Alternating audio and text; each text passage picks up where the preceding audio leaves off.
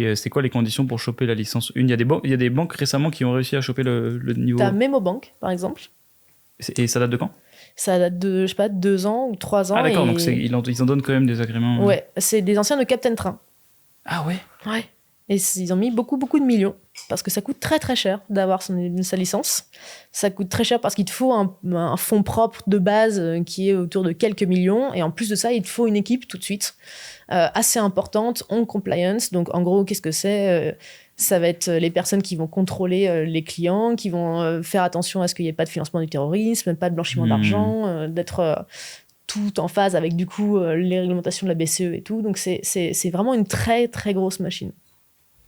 Mais du coup, ils ont fait ça et ça a pris beaucoup de temps. Et là, ils viennent de fêter leur... j'ai vu un communiqué de presse 300e client. Donc, c'est très peu. Après, ils sont sur du B2B, hein, donc je ne sais pas comment c'est. Conto, eux, la stratégie, ça a été d'être agent prestataire de paiement au début, faire beaucoup d'acquisitions et puis un jour, aller choper la licence option de crédit. C'est vraiment immersion, quoi. Clochette. Et en fait, ils avaient tellement de clients. Alors après, ça, c'est moi ce que j'en déduis. Hein. J'ai jamais été en contact direct avec les fondateurs de Conto. Mais du coup, ils avaient tellement de clients qu'ils avaient un besoin de fonds propres qui était tel, beaucoup de millions, en fait, que, si j'ai bien compris, la levée de fonds qu'ils avaient fait, même si c'était des centaines de millions déjà, ne suffisait pas et ils ont abandonné la demande d'exception de crédit.